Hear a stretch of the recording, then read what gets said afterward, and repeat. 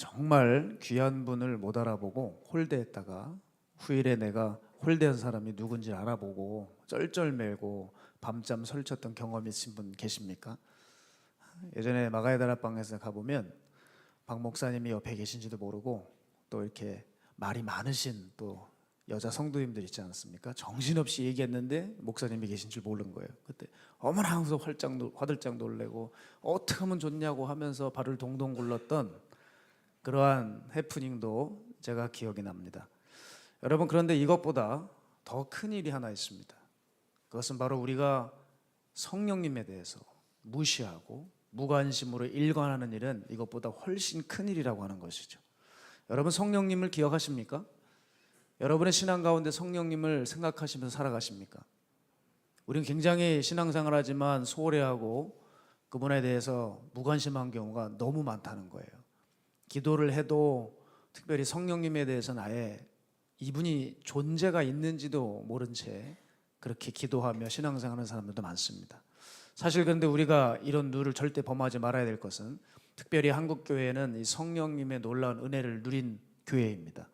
성령님으로 성장한 교회가 한국교회인데 도리어 어느 순간부터 성령님을 교회들이 밀어내기 시작했습니다.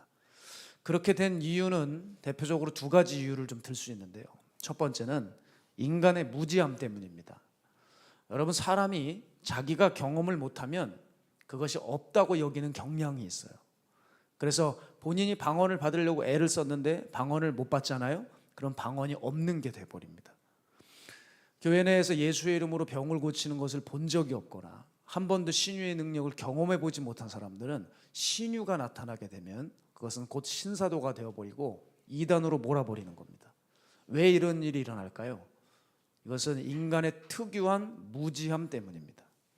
그리고 두 번째는 성령님을 왜 배제하느냐? 은사운동의 폐해 때문입니다. 소위 오순절 운동, 은사 부흥 운동이 활발히 일어났던 때가 있었습니다.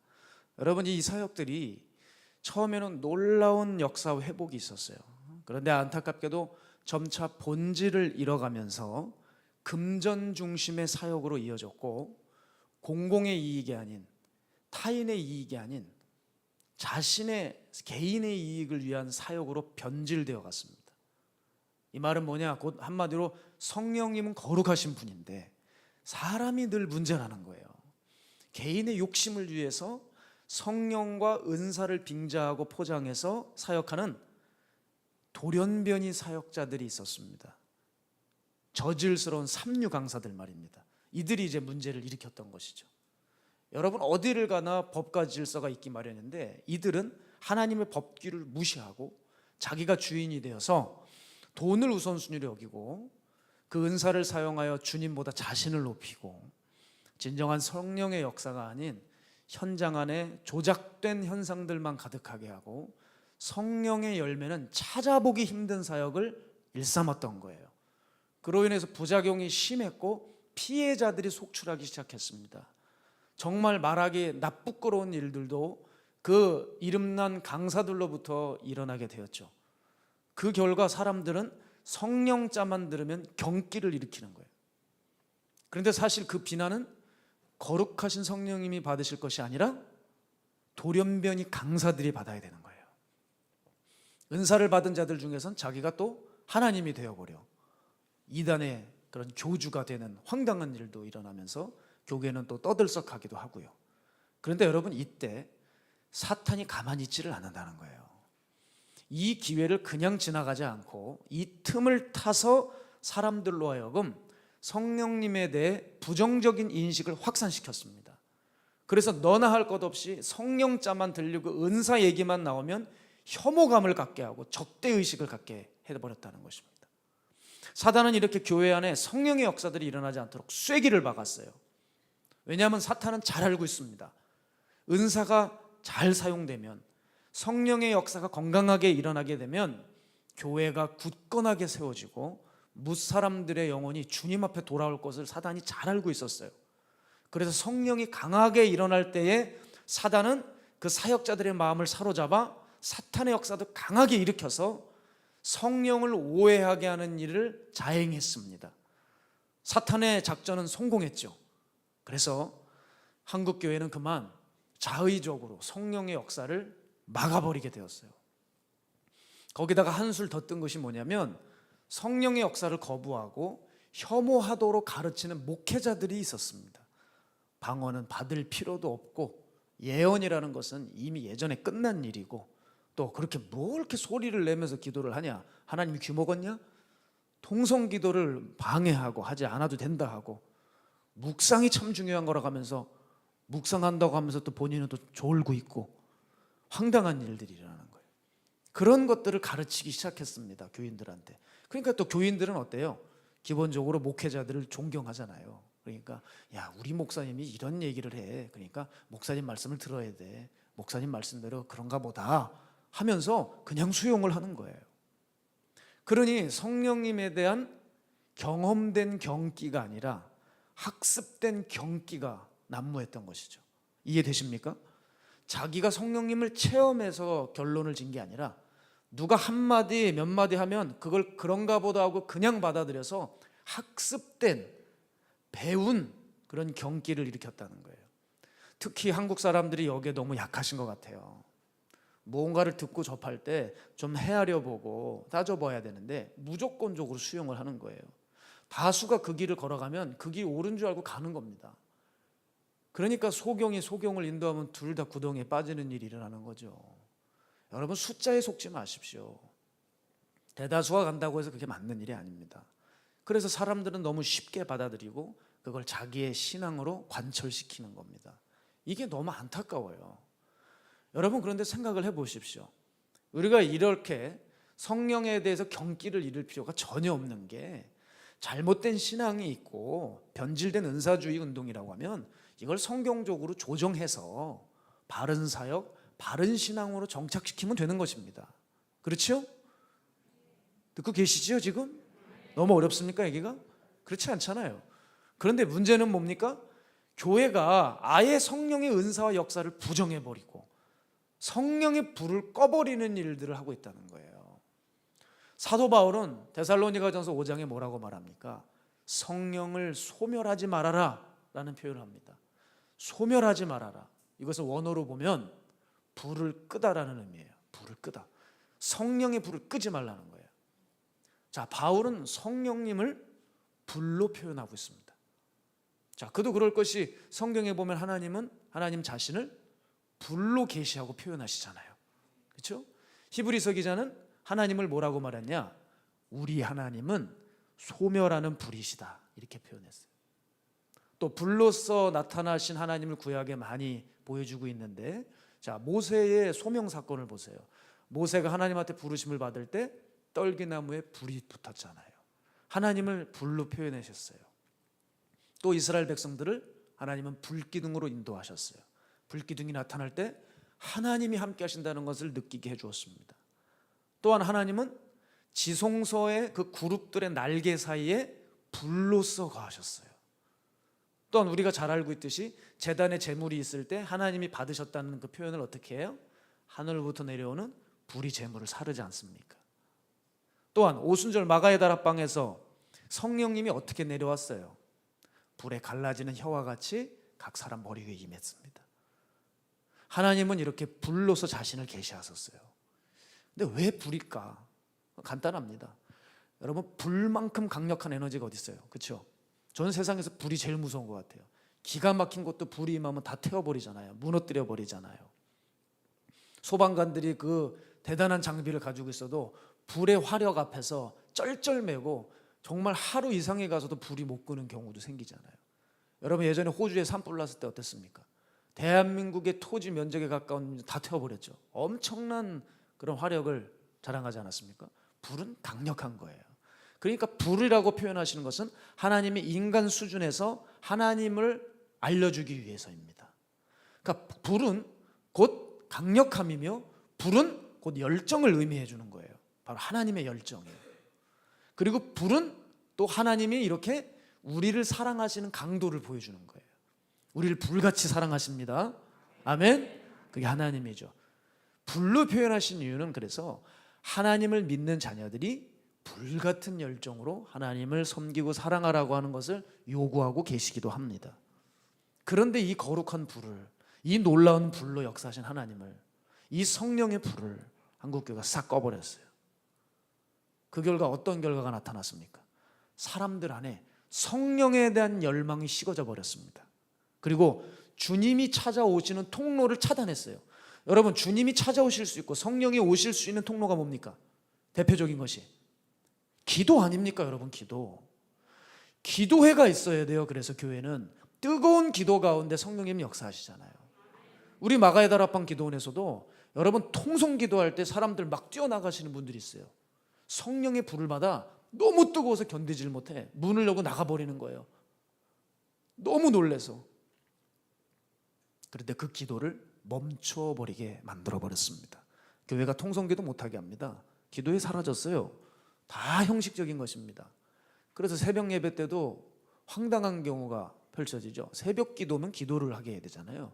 목사님이 설교를 막 길게 해놓고 기도를 하려고 하면은 이제 땡 치면서 이제 교회 차가 앞에 있다고 나가야 되는 거예요. 혹은 또 눈치 없게 만약에 통성으로 기도를 했다, 뭐 방언을 했다, 그럼 와가지고 툭툭 치는 거예요. 뭐 하는 거야? 눈치 주면서. 조용히 해요. 당신만 있어 지금 여기? 이런 식으로 기도의 불을 다 꺼버리는 거예요. 철야 예배가 열려도요, 예전에 우리 한국교회 전통이 철야 예배 아니에요? 밤새도록 기도하는 거 아닙니까? 말씀 듣고 기도하고 말씀 듣고 기도하고. 이 아름다운 한국교회 고유의 전통이 있는데, 말씀만 전하지 기도하자 그러면 또 이제 집에 가라는 거예요. 철야 예배도 굉장히 축소가 되었고. 이게 다 뭡니까? 기도가 다 죽어버린 거예요. 여러분, 기도가 죽었는데 무슨 역사가 일어납니까? 사람들이 부러워하는 오순절 마가의 다락방의 역사는 기도의 역사였어요. 그 120문도들이 합심하여 모여서 기도할 때 성령의 불이 임한 것입니다. 기도하지 않는데 무엇이 달라집니까? 어떤 종류의 것이, 어떤 유가 나갈 수 있겠습니까? 또한 성령의 불을 딱 꺼버리잖아요. 그럼 자연스럽게 복음에 대해 뜨거운 마음도 없어져 버립니다. 여러분, 복음에 대해서 뜨거운 마음을 갖게 하는 것은 어느 강사가 설교 한번 잘하면 되는 문제가 아니에요. 성령님께서 찾아오셔야 됩니다. 사도행전 4장 31절을 보면 빌기를 다음에, 빌기를 다음에가 뭐예요? 기도하기를 마침에 기도 후에 모인 곳이 진동하더니 무리가 다 성령이 충만하여 담대히 하나님의 말씀을 전하니라 그랬어요. 이 놀라운 루트잖아요. 성령께서 역사하시니 성령의 충만함을 받고 사람들이 거리로 뛰어나가 복음 전하더라. 그러니 성령의 불을 꺼버린 여파로 한국교회는 꽤 오랫동안 복음을 들을 수가 없었죠. 토조가 이런 말을 했어요. 토조 목사님이 왜 사람들이 성령의 능력을 받지 못하느냐, 그 세 가지 이유를 들었는데 그 마지막 이유가 뭐냐면 성령의 능력을 힘입은 설교자들이 없다는 거예요. 성령의 충만한 설교자들이 없는 설교를 계속 들어오니 회중들 안에 성령의 역사가 일어나지 않았다는 거예요. 전 정확한 지적이라고 생각합니다. 성령의 충만함을 너나 할 것 없이 받지 못하니 무슨 교회가 능력을 발휘할 수 있겠습니까? 교회는 무기력해지는 것이죠. 전도도 확 줄기 시작하는 겁니다. 전도를 한다면 기껏 교인수, 머릿수 채우기 위해서 전도를 했던 것이지 영혼에 대한 애끓는 마음으로, 한 영혼을 건지게 한 마음으로 거리로 뛰어나가 전도의 불을 뿜어내는 그런 전도운동은 없었다는 거예요. 자, 보십시오. 그래서 교회 내에 어떤 공식이 존재하느냐, 성령 이퀄 광신, 은사 받은 자 이퀄 주의해야 될 대상, 이렇게 규정이 되어버리는 거죠. 그래서 요즘은 성령과 은사 얘기만 조금 해도 신사도로 몰아버려요. 지금 제가 만약에 제 사역 가운데 어떤 기적 역사를 만약에 얘기하잖아요. 또 은사라는 단어가 제 입에서 나왔잖아요. 지금 자칫 잘못하면 이 교회 또 신사도 교회 됩니다. 이상한 지금 흐름으로 가고 있는 거예요. 결국 뜨겁다고 하는 것들, 결국 뜨겁다고 흉내만 내도 사람들은 쫓아다니면서 그 불을 꺼버리는 역사가, 이 사탄의 역사가 일어나고 있는 것이 이 교회들의 상황입니다. 그러니 교회는 뭐만 남겠습니까? 차가운 이성, 냉철한 머리만 남지, 그리고 냉랭한 영적 지식들이 둥둥둥둥 떠다니는 거예요. 십자가 하나 그럴싸하게 걸어놓는데 꼭 마치 교회는 이제 박물관이 되어버린 것 같은 거예요. 성령이 떠나고 기도의 불이 떠나고 역사가 떠나버린 교회에는 뭐만 남겠습니까? 죄만 계속 들끓는 것입니다. 성령이 떠난 곳에는 죄가 도사리게 되고 튀어나오게 되어 있어요. 그리고 사람들이 비판의식에 빠져 있는 겁니다. 왜 이렇게 비판하고 요즘 비난하는지 압니까? 성령의 역사가 사라져서 그래요. 성령은 사랑의 영입니다. 아멘. 성령께서 오시면 내 죄를 보게 돼요.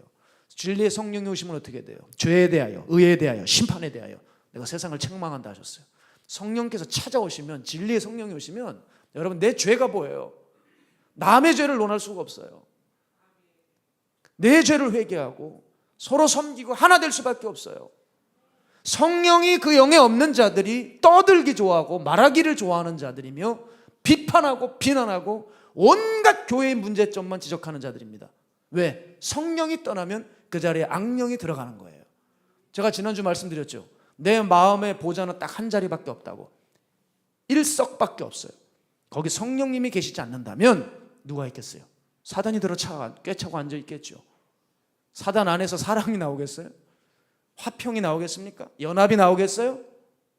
여러분 마음의 보좌에 누가 앉아 있는지 확인하시라고 제가 지난주 힘있게 말씀드리지 않았습니까? 여러분 잊지 마십시오. 교회는 성령 공동체입니다. 교회는 성령 공동체예요. 성령이 없이는 교회가 설 수 없어요. 여러분 교회의 시작은 어디로부터 출발했습니까? 오순절 마가의 다락방 공동체였다고요. 거기 모여있던 120명의 문도들이 바로 교회의 태동입니다. 그들에게 성령께서 임재하시자 그들 마음 안에 있는 뜨거움을 감당하지 못했어요. 이 불을 어찌할 바를 몰라서 어떻게 돼요? 예수님에 대한 신앙의 확신에 불이 붙으니 어떻게 됩니까? 내가 보고 들은 것을 가만히 앉아 있을 수가 없으니 거리로 뛰어나가 그들 마음 안에 있던 그 불들을 전하기 시작하는 거죠.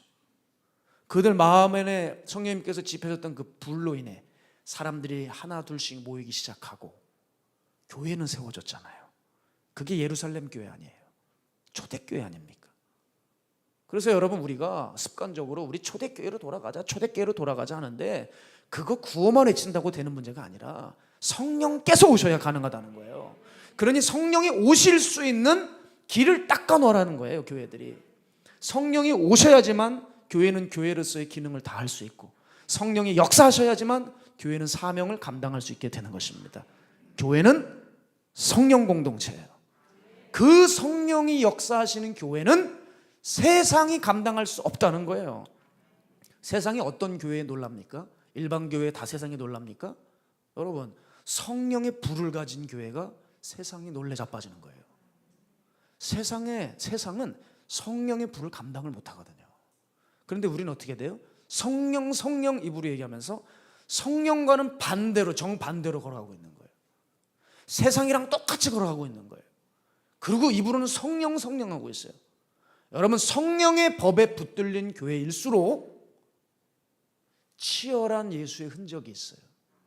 제가 그래서 예수 믿고 아무런 일도 없고 굉장히 해피한 사람들 보면 저 사람 예수 만났나 생각이 들어요. 여러분 예수님을 정말 만나면 내 안에 성령의 법이 들어오기 때문에 육신의 법과 성령의 법에 늘 충돌하면서 갈등을 일으키고 사람이 고민하고 고뇌하게 돼요. 여러분 그거 겪고 계시죠? 그 믿음의 성장통을 겪고 계시단 말이에요. 지금 겪고 계십니까? 여러분 예수 믿을 때 좀 아파야 돼요. 힘들어야 돼요. 그게 당연한 자연스러운 증상입니다. 여러분 주사 한 대 맞아도 바이러스 죽이려는 주사 한 대 맞아도 반응이 일어나고 통증이 있고 힘이 들어요. 하물며 우리의 죄를 씻는 예수의 보혈이 우리 안에 들어오는데 아무렇지도 않다고요? 그건 있을 수가 없는 일이에요. 여러분 세상은 성령의 불을 이길 수가 없습니다. 그 성령의 능력은 어느 누구도 막을 수가 없어요. 그래서 마가의 다락방의 제자들이 세상에 나설 때 세상은 감당할 수 없었던 것입니다. 진동이 일어났어요. 소동도 일어났어요. 성령께서 교회와 함께 하시면 이런 일이 일어나는 거예요. 따라서 우리 교회는 어떻게 됩니까? 성령님이 임재하실 수 있는 모든 통로들을 다 열고 재개해야 됩니다. 성령께서 오실 수 있는 성령의 역사가 일어날 수 있는 조건을 갖춰야 합니다. 그게 무엇이 있을까요? 대표적으로 진리의 말씀을 심도 있게 계속 전해야 돼요. 사람들이 듣든지 아니 듣든지 전해야 돼요. 진리는 왜? 진리의 말씀 위에 진리의 영이 오시는 거거든요. 성령님은 세속의 영이 아니에요. 인간 철학이나 이데올로기의 영이 아니에요. 그럴싸하게 인간의 언어로 비빔밥 된 곳에 성령님 역사하시지 않습니다. 성령은 오직 진리의 말씀 위에 거하십니다. 그러니 사람들은 온갖 미디어를 쓰레기통에 집어넣고 진리의 말씀 듣기를 원해야 됩니다. 아멘입니까? 그리고 기도해야 됩니다. 기도해야 성령님께서 오세요. 기도를 통해 우리와 하나님과의 막고 있는 담을 허물어 버리고 비로소 영적인 숨이 쉬어지는 거예요. 인간이 언제 삽니까? 기도를 통하여 영적인 호흡이 통하고 영적인 숨이 통해야 돼요. 사도들이 여러분 이렇게 말씀과 기도에만 전무하겠다고 하는 말은 그래서 괜한 말이 아니에요. 우리가 봉사하는 거 귀찮아서 말씀 보고 설교하고 기도만 하겠다 그런 게 아니란 말이에요. 진리의 말씀을 사모하고 기도의 보일러를 틀 때만이 우리의 심령에 성령께서 뜨겁게 역사하실 수 있는 거예요. 그래서 요즘 이런 분들이 계실 수 있어요. 목사님, 요즘 제가 자꾸 식어집니다. 그래서 고민이에요. 여러분, 그 말을 하려면 생각하고 말하셔야 돼요. 무작정 푸념으로 털어놓으시면 안 됩니다. 왜냐하면 여러분 안에 내 심령에 무엇이 들어가 있느냐에 따라 달라지거든요, 판도는. 여러분, 연료가 없는데 어떻게 탑니까? 연료가 없는데 어떻게 데펴지고 뜨거워집니까? 여러분 심령 안에 말씀이 있는 거 맞습니까? 기도하고 계십니까? 성령님과의 교제가 있습니까? 그거 다 끊어놓고 나는 이렇게 식어지고 있어요. 이렇게 마음이 해이해져요. 어떻게 해야 되겠어요, 이거? 이거는요, 식은 정도가 아니라 다 썩어 죽은 상태로 내버려 두고 있으면서도 신앙이 늘지 않는다, 뜨겁지가 않다고 하는 거예요. 여러분, 이렇게 자신을 속이는 일이 없어야 될 줄 믿습니다. 여러분, 말씀과 기도에 전무하셔야 됩니다. 지금 이 코로나 때 상황적으로 보면 이걸 더 잘할 수가 있는 그런 타임이에요. 왜냐하면 세상과의 출입을 예전처럼 원활히 하지 못하잖아요. 그러니 여러분 골방에서 말씀 붙들고 기도할 수 있을 거예요. 그때 여러분 그렇게 골방에서 주님을 찾고 찾을 때 성령님께서 여러분의 냉랭하고 식어진 가슴에 불을 지펴주실 줄 저는 믿습니다. 그런 마음으로 이 예배에 참여하세요. 그러면 영은 전염성이 강하기 때문에 여러분 악령도 빨리빨리 퍼지는 것처럼 죄도 빨리 번지는 것처럼요, 이 거룩함도 빨리빨리 번져요. 여러분 안에 영적인 불을 가지고 사람들에게 얼른 나눠주시란 말이에요. 그럼 금세 교회는 불바다가 되는 거예요. 아멘이죠? 뜨거워지시길 바랍니다. 그래서 여러분 내 마음에 이렇게 불이 붙기 시작하잖아요. 그러면 하나님이 우리에게 주신 내가 가지고 있는 은사와 달란트는 더욱 빛을 내게 돼요. 굉장히 중요한 부분인데요. 자, 바울이 디모데에게 이렇게 말하죠. 디모데후서 1장 6절에 그러므로 내가 나의 안수함으로 네 속에 있는 하나님의 은사를 다시 불일 듯하게 하기 위하여 너로 생각하게 하노니 그랬어요. 개역개정의 표현이 좀 마음에 안 들어요. 너무 복잡하게 이렇게 써놨는데 간단히 얘기해서 이거예요. 내가 너에게 안수함으로 네 속에 있는 은사를 다시 불일 듯하게 하고 싶다 그랬어요. 자, 왜 이렇게 얘기했을까요? 바울이 디모데후서를 썼을 때 지금 로마 감옥에 갇혀서 언제 죽을지 모르는 상황입니다. 그때 네로가 집권하고 있을 때예요. 네로에 의해서 체포되어 감옥 들어가기 한 1, 2년 전에는 복음을 전하는 자유인으로 살다가 그 자유인 생활이 2년밖에 안 돼요. 그 후에 네로에게 붙들려가지고 감옥에 들어가서 이제 정말 사형 선고 받은 겁니다. 얼마 남지 않았어요. 바울의 실제적으로 마지막 이때 디모데후서를 썼어요. 그러니 제자 디모데가 어떤 마음을 갖겠습니까? 내 스승이, 같이 복음 전하던 내 스승이 체포되어 죽음 직전에 있으니 얼마나 마음이 눌리고 어렵겠어요. 그때 바울이 말하는 겁니다. 너 그렇게 마음 상태를 그렇게 두면 안 돼. 내가 안수해서 네 속에 있는 은사에 그 불이 다시 활활 타오르게 하고 싶다. 네 상황이 어떤지, 네 마음이 어떤 이유로 눌리든지 간에 너 거기에 매여 있으면 안 된다. 그래서 바울이 제자 디모데에게 디모데후서 1장 7절에 이렇게 말하죠. 하나님이 우리에게 주신 것은 두려워하는 마음이 아니다. 새 번역으로를 보면 비겁한 마음이 아니다 이렇게 표현을 했더라고요. 그러니까 너 지금 이런 혹독한 박해 상황 때문에 너 그렇게 두려워하면 안 돼. 비겁하게 숨으면 안 돼. 그건 하나님이 주신 마음이 아니야. 하나님이 주신 마음은 뭔지 알아? 오직 능력과 사랑과 절제하는 마음이야. 디모데의 겁나고 이 두려웠던 마음을 바울이 딱 지적하면서 성령님께서 주시는 마음을 말하는 거예요. 오직 능력을 행하라는 거예요. 사랑과 절제가 있다. 네 은사를 다시 불일 듯하게 해서 주님이 너를 부르신 그 부르심에 충실히 행하고 그 부르심 앞에 달려가라는 거예요. 그런 의미에서 8절 한번 함께 읽을까요? 시작. 그러므로 너는 내가 우리 주를 증언함과 또는 주를 위하여 갇힌 자 된 나를 부끄러워하지 말고 오직 하나님의 능력을 따라 복음과 함께 고난을 받으라. 고난을 받아라. 네 안에 있는 불을 뜻하는 은사가 너를 영광스럽게 주님의 고난에 동참하게 해준다는 거예요. 사랑하는 여러분, 질문이에요. 우리에게도 부르심이 있지 않아요? 하나님 우리에게 주신 은사들이 있지 않아요? 은사가 잘못된 겁니까? 은사 얘기하면 또 저는 신사도가 되는 건가요? 여러분, 은사는 소중한 겁니까? 무익한 겁니까? 너무 소중한 거죠. 왜냐하면 은사가 사람으로부터 나온 것이 아니라 하늘로부터 나온 것이잖아요. 여러분 안에 각자 하나님 주신 은사가 있을 거예요. 그 은사를 가지고 주님께 달려가고 있습니까? 아니면 그거 썩혀두고 방치하면서 가만히 있습니까? 기억하십시오. 많은 능력과 은사를 가지고 있어도 마음의 불씨가 떨어지면 아무런 의미가 없어지는 겁니다. 여러분, 장작에 혹시 불 붙여보셨습니까? 장작을 좋은 놈을 아주 훌륭한 제목들, 불 잘 타는 놈들을 다 골라왔어요. 잔뜩 가져왔어요. 그래가지고 그 통에 넣어가지고 딱 쌓아놨어요. 그리고 흐뭇하게 있으면 됩니까? 안 됩니까? 장작 아무리 갖다 놔도 불씨 하나 없으면 아무 의미 없어요. 마찬가지입니다. 내게 영적인 경험들과 은사들이 가득해도 거기 성령님께서 터치하지 않으시면, 거기 성령님이 역사하지 않으시면, 불이 임하지 않으면 무용지물이에요. 불이 안 임한 채 은사를 받아버리면 자기를 높여버리고 사람의 일로 은사를 사용해서 결국 주님께 버림받는 자가 되어버립니다. 따라서 하나님께서 우리에게 주신 이 은사와 달란트에 불길이 일도록 해야 돼요. 성령님께서 나의 달란트를 딱 붙들고 끌고 가실 수 있는 그 길들을 열어야 돼요. 성령을 사모하시기를 바랍니다. 그래서 우리가 어떤 은사를 받았느냐, 이거를 따지는 것보다 중요한 것은 작은 은사라 할지라도 그것이 어떻게 하나님 앞에 쓰임받을 수 있을지를 생각하는 것이 지혜롭습니다. 여러분 각자 가지고 계신 각자의 달란트에 불이 꺼지지 않도록 하십시오. 그 은사의 불로 교회에 덕을 끼치고 교회를 든든히 굳건하게 세워가시기를 바랍니다. 저는 그래서 한 분을 늘 생각하고 제가 산에 기도할 때마다 그 전사님 댁에 들어가서 기도를 해드려요.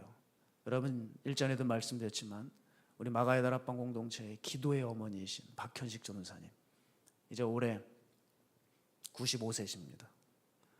정말 누가복음에 나온 안나 선지자와 같이 평생을 기도로 사신 분입니다. 여러분, 그러니 그분의 기도의 그 덕을 저희들이 얼마나 많이 받겠습니까? 제가 그분이 편찮으시다는 얘기를 전해 듣고 그 산 입구 초엽에 있는 그 사택에 가서 전사님 기도를 해드립니다. 많은 분들의 기도로 인해서 정말 많이 몸이 좋아지셨어요. 예전에는 그렇게 건강하셨던 분이 글쎄 다리가 뼈에 가죽만 붙어 있더라고요. 제가 얼마나 가슴이 아팠는지 몰라요. 링거액을 수시로 맞고 계셨어요. 기운이 없으시니까. 그런데 하나님의 은혜로 식사를 하게 하셨어요. 여러분, 사람이 참 놀랍죠. 여러분, 밥이 보약이에요. 나달이 들어가니까 살이 붙기 시작하시는데 뼈에 가죽만 붙어있던 그분의 다리가 살이 통통하게 올라오는 거예요. 얼마나 신기하고 놀란지 여러분 이따가 식사 맛있게 하시기 바랍니다. 그분이 이제 허리가 또 안 좋으셨는데 그 허리는 이제 회복이 되셔서 3시간을 앉아서 대화를 하실 수 있는 지경이 되셨어요. 얼마나 감사한지 몰라요. 이제 문제는 다리입니다. 다리에 힘이 안 들어가셔서 이제 유모차 같은 것을 붙들고 이제 성전으로 가시는데 때로는 다리에 힘이 안 들어가서 성전에서 예배를 못 드리시는 거예요. 여러분 얼마나 안타까워요. 제가 요즘 많이 기도해요. 우리 전사님 무릎 붙들고 기도하거든요. 제가 요즘 이런 기도를 많이 해요. 하나님 생각을 해보세요. 하나님이 꼼짝 못하시게 기도를 해야 돼요. 하나님 생각을 해보세요. 이분이 기도하는 분 아닙니까? 평생에 기도하는 분을 이렇게 침실에 누워 계시게 하면 하나님 손해 아닙니까? 주의 종이 침실에 계시면 되시겠습니까? 주의 종이 성전에 가 계셔야죠. 하나님 침실에서 데려가시겠습니까? 성전에서 기도하시다가 영광스럽게 그 영혼이 주님 앞에 가셔야지요. 하나님 그 주의 종을 성전에 가실 수 있도록 다리에 힘을 불어넣어 주시옵소서. 주님 붙들어 주셔야 됩니다. 제가 요즘 기도하고 있어요. 주님이 또 이 달에 힘을 주실 줄로 믿습니다. 여러분 생각나시면 우리 전사님 위해서 기도해 주시길 부탁드려요. 왜냐하면 이분을 위해 왜 기도해야 되냐? 이분 안에 기도의 불이 있어요. 이 기도의 불이 식어지면 안 돼요. 이 기도의 불을 끝까지 주님 앞에 활활 타오르게 해야 돼요. 그렇지 않나요? 왜? 그 한 사람 한 사람의 불이 얼마나 중요한지 모릅니다. 여러분 안에 있는 불이 얼마나 중요한지 몰라요. 작은 불씨라고 해도 그 불이 얼마나 소중한지 몰랍니다. 그 불씨가 모여져서 하나의 활활 타오르는 불이 되어 세상을 이기는 불이 될 수 있는 거예요. 하나님이 집은 그 불로 견고하게 세워질 수 있는 겁니다. 지금 이 중에는 제 설교를 들으면서 아무리 생각해도 나는 아무런 은사를 받은 것이 없는 것 같은데, 이런 생각을 가지시는 분들 계실 수도 있습니다. 그러나 기억하십시오. 분명히 하나님은 여러분 마음 안에 하나씩 주셨습니다. 그런데 아무리 찾아도 못 찾겠거든 기억하세요. 진리의 말씀을 듣기를 즐겨 하시기를 바랍니다. 아무리 은사가 없는 것 같아도 말씀이 굉장히 달콤하게 들리는 분들이 여기 계실 수 있어요. 그렇죠? 내가 할 수 있는 건 없는데 말씀이 들리는 거예요. 여러분 보세요. 오늘 제가 일부 예배 때 깜짝 놀란 게 뭐냐면, 우리 교회 최근에 등록하신 분이 89세십니다. 여자 할머니신데 89세 할머님이 안산에서 혼자 지하철 2번 갈아타시면서 예배 나오셨어요. 여러분 이분 안에는 예배에 대한 갈망의 불이 있는 거예요. 이게 불이 아니고야 어떻게 설명합니까? 예? 89세가 혼자 길을 나서셔서 여기서 일부 때 아멘 아멘 하고 계시는 거예요. 젊고 건강하신 분들은 희한한 눈을 뜨고 그냥 가물가물하고 앉아있는데, 이분은 그냥 아멘 아멘, 그냥 목을 이렇게 빼요. 이렇게 지금 설교할 때 들어도 알아요. 꼭 기둥 뒤에 숨는 분들이 있어요. 이건 좀 이상한 거예요. 벌써 뭐가 시험 들었거나 뭐가 틀린 거야. 마음이 항상 기둥 뒤에 숨어 있는 사람들. 그리고 저를 안 보는 사람들이 있어요. 설교할 때 보면 남 뒤통수에 자기 얼굴을 안 보여줘. 나 당신 말에 관심 없어, 이 얘기 아니에요? 이 할머니 보세요. 딱 빼는 거예요. 목에를. 허리가 엉망이 되든 딱 빼가지고 듣는 거예요. 성령의 불이 임할지어다. 내가 여러분 제가 그런 마음으로 설교하지 않았겠습니까? 말씀이 굉장히 달콤하게 들리는 분들이 계실 수 있어요. 계속 들으세요. 진리를 들을 수 있는 귀가 있는 것도 성령의 역사입니다. 제가 또 한 사람이 눈에 딱 띄어서 얘기하죠. 저 뒤에 강한수 형제가 앉아 있어요. 전 처음에 목사님이 저 형제를 저에게 붙여줬을 때 큰일 났다. 하나도 못 알아들을 텐데 어떡하지? 첫 설교라는 그때부터 지금까지 매주 동안 단 한 번도 존 적이 없어요. 처음부터 끝까지 다 들어요. 영적 무장 집회 때 강사대에 왔던 설교 다 기억해요. 어떤 의도로 했는지까지도 마음도 추측할 정도로 말씀에 푹 빠져 있어요. 어떻게 이럴 수가 있을까? 여러분 이것도 은사입니다. 이게 은사라고요. 들을 귀가 있는 것도 성령의 역사라는 것을 제가 알아요. 따라서 우리가 온전한 것을 자꾸 들으면 어떻게 됩니까? 내 마음 안에 복음에 대한 확신과 담대한 마음이 생겨나는 것입니다. 그게 얼마나 귀중한 선물이에요. 그리고 내가 은사가 없으니 난 불 붙일 게 없는데 하지 마시고, 세계적인 부흥 강사나 교회 학교 어린이나 동일한 부르심이 한 가지가 있어요. 모르셨죠? 우리 다 받았어요. 그 부르심. 그게 복음의 증인입니다. 복음의 증인되는 부르심이 우리에게 있어요. 증인이 뭡니까? 예수 그리스도에 대해서 공부하는 겁니까? 제자 교육하면서? 아니에요. 그런 거. 증인이 된다는 것은 예수를 그리스도라고 주라고 고백하고 그걸 믿고 예수님의 가르침과 예수님의 행적을 믿음으로 증거하는 사람, 이 사람이 증인입니다. 내가 대가를 지불하면서라도 주님의 증인으로서의 불을 가지고 뛰고 있는지 여러분 생각해 보시기 바랍니다. 은사 찾지 못해도 상관없어요. 내가 부르심이 무슨 부르심일까 몰라도 괜찮아요.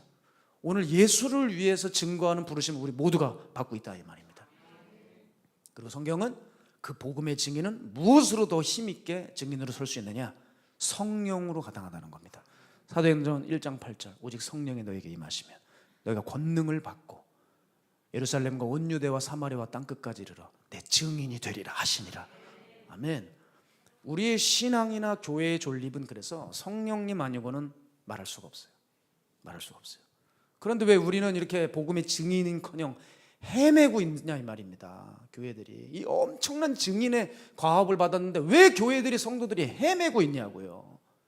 여기저기서 들은 성령을 폄하하고 오해하는 이야기를 들어 그냥 먹고 앉아 있고, 또 우리의 소신, 우리의 철학, 우리의 정신세계라고 하면서, 우리의 사유라고 하면서 이게 맞다고 하고 명분을 내세우면서 성령을 소멸하고 있기 때문에, 여러분, 성령은 소멸됩니다.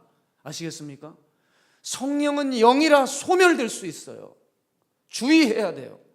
구원받지 못한 사람들이 성령을 이야기하고 있는데 이미 성령 그 안에서 소멸된 적이 많아요. 여러분, 우린 성령을 소멸해서는 안 될 것입니다. 오히려 이 성령을 통하여 우리는 변화되어야 될 것입니다. 여러분, 성령의 불은 변화의 불입니다. 따라해 주시면 감사하겠습니다. 성령의 불은 변화의 불이다. 여러분, 이 성령의 불이 특이한 게 뭐냐면, 보통 불은 그 대상을 태워서 사그라져서 없어지게 만들죠. 그런데 이 성령의 불은 특이해요. 임하는 사람을 태우지 않고 살리는 불입니다. 아멘이죠. 사람을 살리는 불이에요. 그래서 성령님을 모신 사람들마다 최종적으로 변화에 대한 갈망이 일어납니다.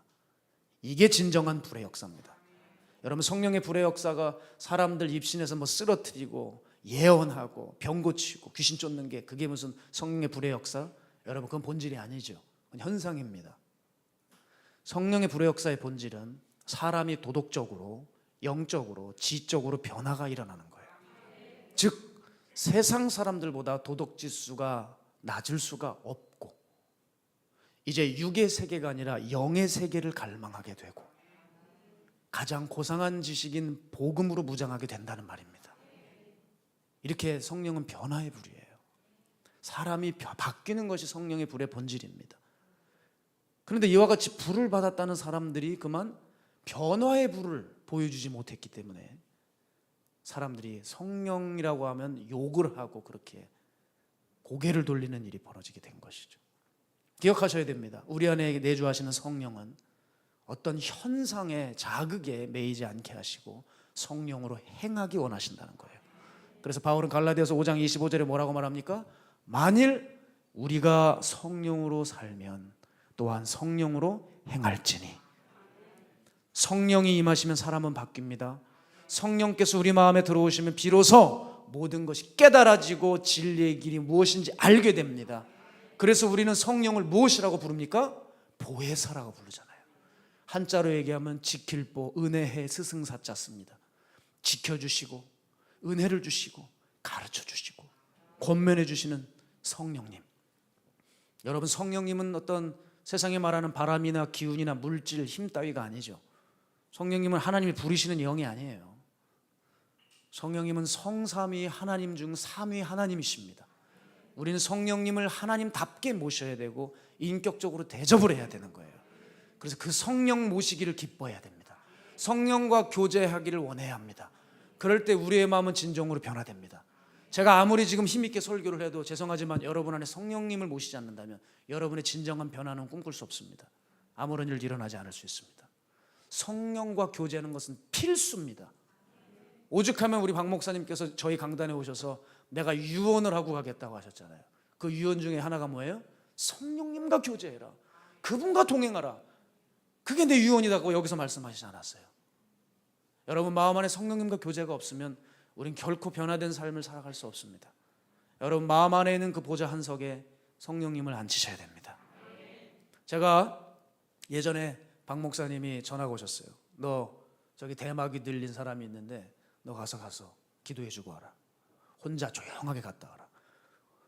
일반 마귀도 아니고 대마귀인데 꼭 항상 그렇게 혼자 가게 하시고, 가끔 전화 오시면 귀신 들린 사람이 있다고 하면 저는 저와 상관없이 그렇게 귀신 사역, 축사 사역을 하게 되었습니다. 제가 서울에 그 집을 다녀왔는데 얼마나 부자인지 몰라요, 여러분. 집을 딱 보니까 드라마에 나오는 그 부자들 영화 세트장 같은 거예요. 드라마 세트장에 나오는 그런 집입니다. 그 집 문을 열고 들어갔더니 잔디가 곱게 깔려 있는데 개가 이렇게 있어요. 근데 개도 수준이 달라요. 여러분, 개 수준이 다른 거 아세요? 개가 수준이 다른데 얼마나 부자인지 집이 으리으리한데 문을 열자마자 깜짝 놀랐어요. 방이 도대체 몇 개인지 모르고 막 2층 집이고 가구가 고가로 삥 둘려 있는데 바로 응접실에, 그 거실에 보니까 테이블 하나가 있는데 여러분 그게 얼마짜리인 줄 아십니까? 억이 넘어요. 밥 먹는 밥상에 억을 갖다 놓으면 얼마나 부자인지 아시겠죠? 예? 밥은 먹기만 하면 되지 무슨 뭐 진짜 억소리가 나는데, 제가 근데 그 집에 들어갔을 때 어떤 마음이 드냐면 가구는 기가 막힌데 음산해요. 얼마나 음산하고 찝찝하고 솔직히 빨리 나오고 싶은 마음이 들더라고요. 근데 왜 그런 줄 아세요? 거기 사람 냄새가 나지 않는 집이에요. 사람의 교류가 없어요. 거기 그분 대마귀하고 함께 딱 둘이 살아요. 그 집에. 그러니 제가 거기 들어갔을 때 얼른 빠져나오고 싶은 겁니다. 왜냐하면 사람 냄새가 나는 집이 아니에요. 제가 더 이야기하고 싶은데 시간 관계상 좀 그러네요. 나중에 제가 기회가 되면 자세히 말씀드리겠습니다. 그때 해프닝이 또 있었는데, 여러분 제가 그 집을 다녀오면서 이런 마음을 가졌어요. 우리 마음도 동일합니다. 성령님과의 교류가 없는 마음의 집은 좋은 것이 나올 수가 없어요. 그 마음에 선한 것이 나올 수 없기 때문에 불쾌하고 구역질만 나는 시궁창 같은 것입니다. 자, 기억하셔야 돼요. 우리 마음 안에 성령님이 계시냐 안 계시냐가 이렇게 중요하다니까요. 그래서 우리 안에 성령님이 계시면 아름다운 정원이 되고, 성령님이 계시지 않으면 시궁창이 돼요. 여러분 마음 안에 지금 성령님과 친밀한 교제를 나눠야 되는 것, 이거는 선택이 아니라 필수예요.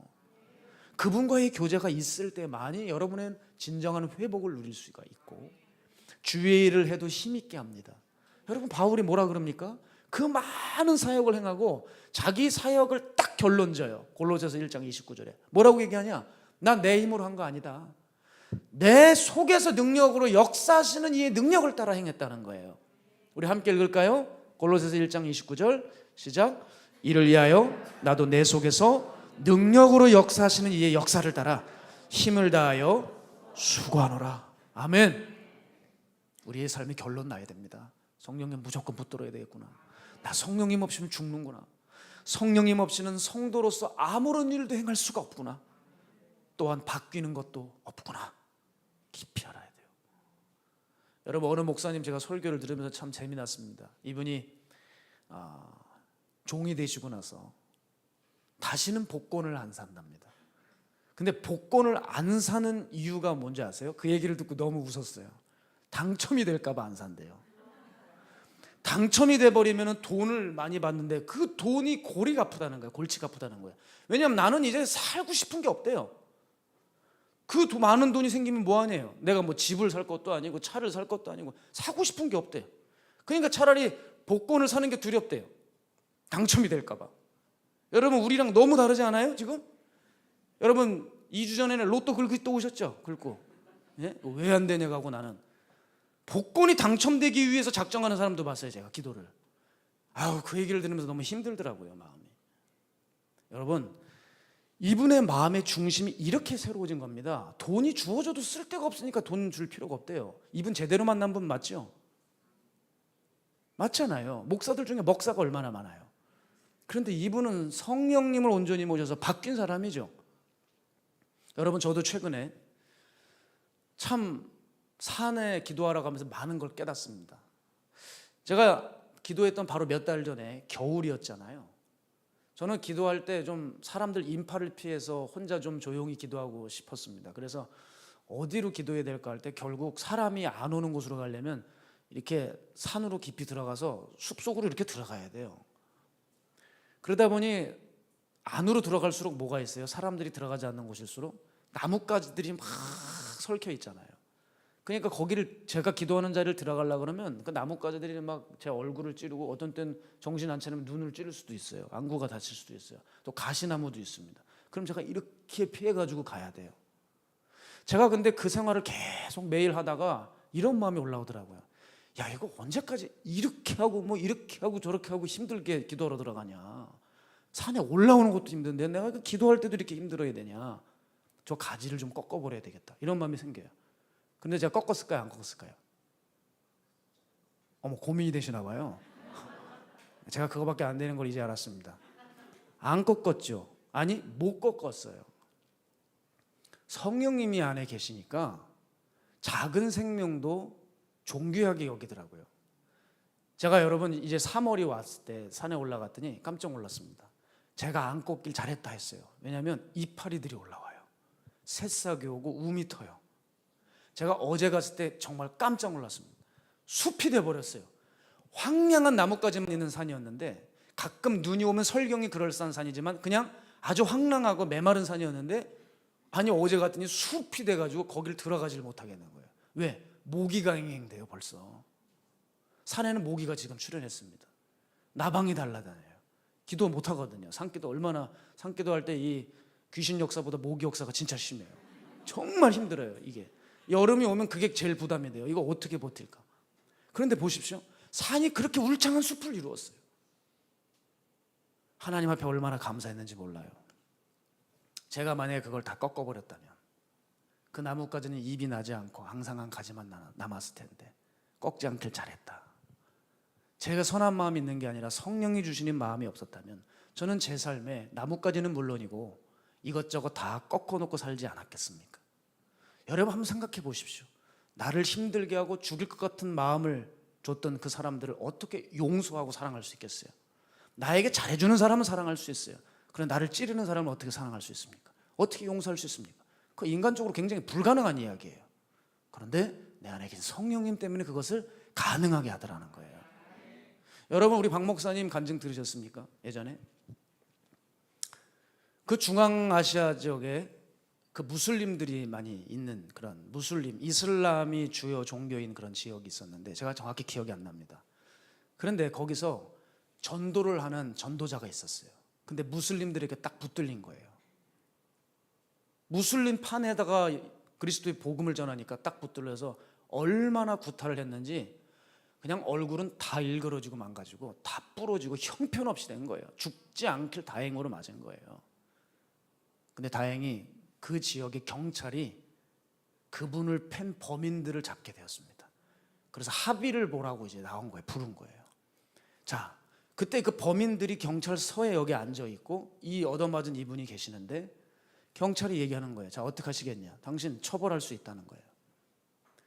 이 범인들이 벌벌벌 떨었습니다. 왜냐하면 무슬림들의 법은 눈에는 눈, 이에는 이거든요. 동일하게 부러뜨리고 없애버려야 되는데, 구타해야 되는데 떨고 있잖아요 지금. 그게 합법이니까. 여러분, 그때 어떻게 되겠냐고 할 때 이분이 뭐라고 한 줄 아세요? 머릿속에 예수님의 말씀이 생각나더래요. 산상설교가 원수를 사랑해라, 너희를 박해하는 자를 위해 기도해라. 온몸이 그냥 만신창이가 됐지만, 나는 처벌하기 원치 않는다, 나는 합의하겠다, 그냥 풀어주겠다, 저들을 용서하겠다, 그 사인을 이렇게 했다잖아요. 여러분, 그때 놀라운 일이 일어났어요. 난 저들을 처벌하고 싶지 않습니다 하면서 사인할 그때에 위에서부터 성령의 불이 이 사람에게 임했대요. 얼마나 뜨거운 불이 임하는지 하나님께서 치유하시더라는 거예요. 여러분, 이게 보세요. 성령님 없이는 이 길을 걸어갈 수가 없어요, 우리들이.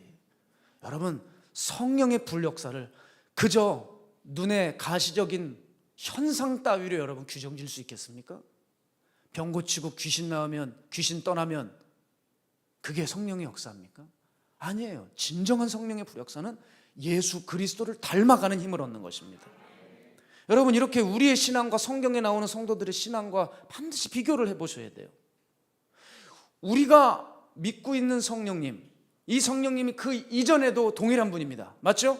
그런데 그 성령의 능력이 초대교회에 부어졌을 때는 그들은 놀라운 사랑과 헌신과 사랑과 희생의 삶으로 사회를 바꾸었는데, 지금 현대의 성도들에게 성령의 능력이 부어지면, 이 교회에 성령의 능력이 부어지면 우린 뭘 하고 있습니까? 그저 은사 받았다고 떠들고 자기 자랑이나 하고 물질을 추구하고 명예의 확장을 일으키고, 은사를 통해서 어떻게든 교회가 큰 교회 만들어보고 메가처치 이루려고 하는 그런 야심들만 가지고 있는 게 아니냐 이 말이에요. 그래서 바울은 뭐라 그랬습니까? 너희들이 가지고 있는 꿈들, 너희들이 갖고 있는 쌓아올린 그 신앙, 언젠가 예수님께서 거룩한 불로 너의 신앙의 공적을 테스트하는 날이 온다는 거예요.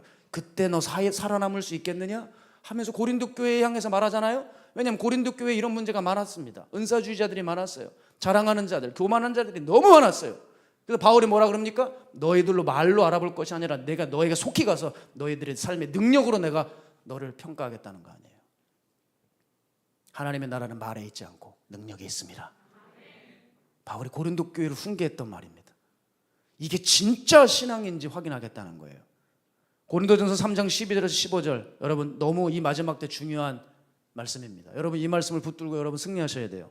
함께 했습니다. 시작. 만일 누구든지 금이나 은이나 보석이나 나무나 풀이나 지푸로 이 터 위에 세우면 각 사람의 공적이 나타날 터인데 그날이 공적을 밝히리니 이는 불로 나타내고 그 불이 각 사람의 공적이 어떠한 것을 시험할 것입니다. 만일 누구든지 그 위에 세운 공적이 그대로 있으면 상을 받고 누구든지 그 공적이 불타면 해를 받으리니 그러나 자신은 구원을 받되 불 가운데서 받은 것 같으리라. 아멘. 무슨 말입니까? 여러분의 잘난 신앙, 갖고 어떤 신앙이 있습니까? 그 신앙의 건물을 주님께서 중공검사를 하시겠다는 거예요. 그날이 올 텐데 그때 너희들의 신앙이 어떤지 다 속속히 다 만물 앞에 드러나리라. 우리는 두려워해야 돼요. 우리가 이 시험을 이겨내야 됩니다. 여기 테스트에 통과해서 주님으로부터 합격 통지서 받아내야 돼요. 주님이 이 거룩한 불로 우리의 신앙의 공적을 불사르실 때 다 타서 사그라지지 않고 온전히 남아있는 점금과 같은 신앙이 되셔야 될 줄 믿습니다. 성령의 중공검사를 받는 그날을 준비하십시오. 깨달으십시오. 따라서 갈라디아서 5장 16절의 말씀을 붙잡으셔야 돼요. 내가 이르노니 너희는 성령을 따라 행하라. 그리하면 육체의 욕심을 이루지 아니하리라. 성령이 하시는 중공검사 통과한다는 얘기예요. 저는 여러분 기도가 나오더라고요. 여러분들이 기도함으로 주님 앞에 특별한 마음을 드림으로 대단한 은사를 받는 거 원치 않습니다. 단지 한 가지 여러분을 위해 기도하고 나왔는데 성령님께서 마음껏 일하실 수 있는 거룩한 그릇으로 빚어지시기를 축복합니다. 여러분 성령의 불이 타오를 수 있는 연료가 우리 안에 있어야 돼요. 그 연료는 우리의 거룩함입니다. 우리의 정결함이에요. 정결함 위에 성령님은 불같이 역사하실 수 있습니다. 그런데 우리의 그릇이 더럽혀져 있다면 성령님은 역사하실 수가 없습니다. 사랑하는 여러분, 말씀을 정리하면서 우린 무엇으로 지금 나를 세우려 가고 하고 있습니까? 무엇으로 우리의 이 더러움을 계속 붙잡아 가고 있습니까? 부탁드립니다. 세상의 것으로 우리의 불을 끄지 마십시오. 생활의 염려로 우리 안에는 불을 끄지 마십시오. 내 잘난 생각 때문에 성령의 일을 소멸시키고 회방하지 마십시오. 오히려 우리의 부르심을 기억하여 우리의 은사에 불이 붙도록 주님을 위해 달려나가야 될 것입니다. 요엘 선지자는 이렇게 약속했죠. 마지막 날이 이르면 말세 모든 만민에게 모든 육체에 내 영을 부을 것이다. 자녀들은 예언할 것이고 너희 젊은이들은 비전을 말하고 늙은이들은 아비들은 꿈을 꾸게 되리라.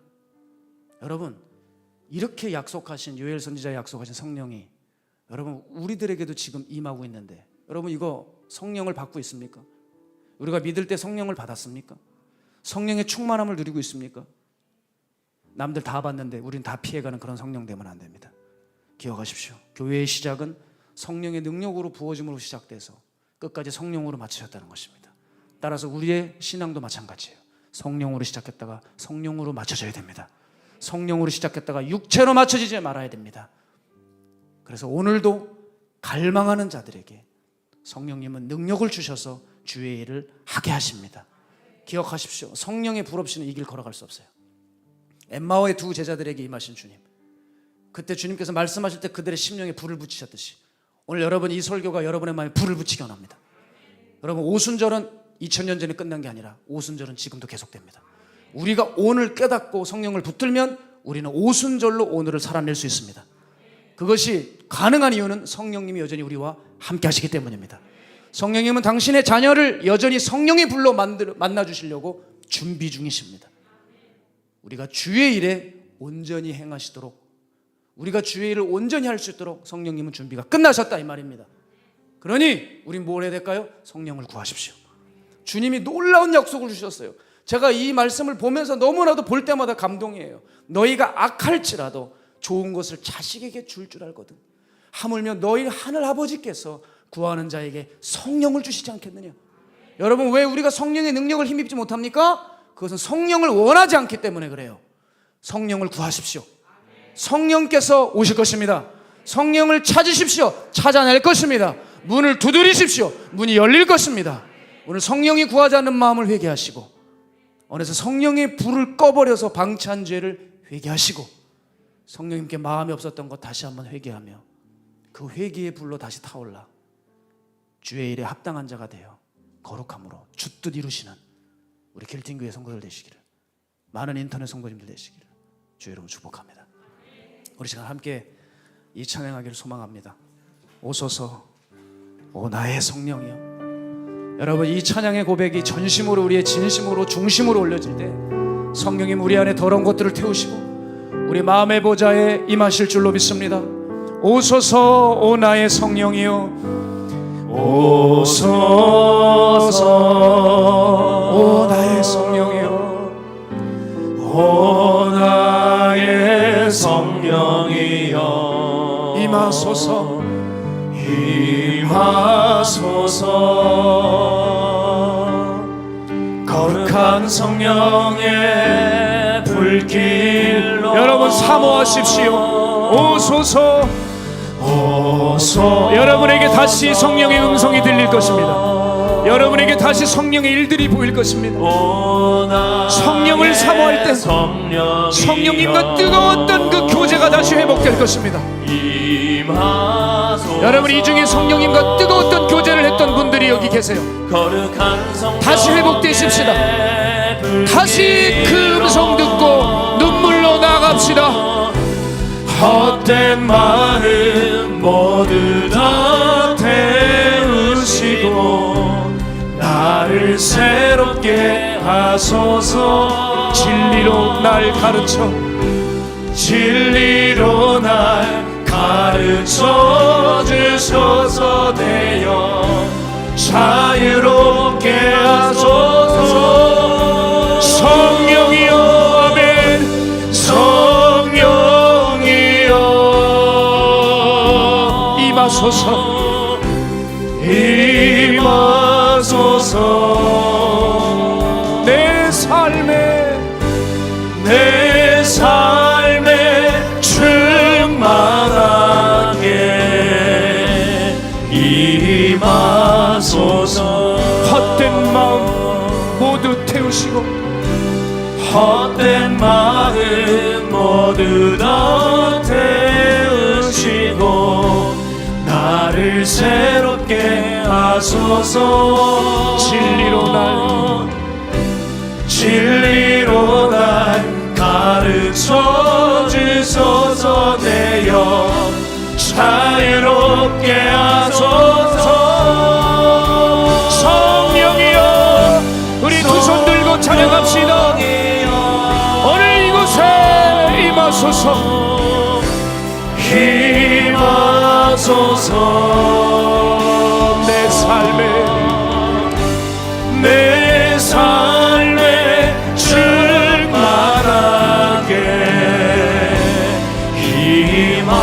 임하소서. 내 삶에 충만하게, 내 삶에 충만하게 임하소서. 우리의 중심을 담아 내 삶에 충만하게, 내 삶에 충만하게 임하소서. 우리 이 시간 기도하며 나갈 때 하나님 내 안에 꺼져 있는 불을 다시 한번 활활 타오르게 성령의 불을 내려 주시옵소서. 그래서 주님의 온전한 복음의 증인으로 주님의 부르심 앞에 합당한 주의 일꾼으로 온전히 서게 하여 주옵소서. 하나님 내 안에 불이 온전히 타오르게 해달라고 우리 주님 이름 한번 외치고 통성으로 기도합니다. 주여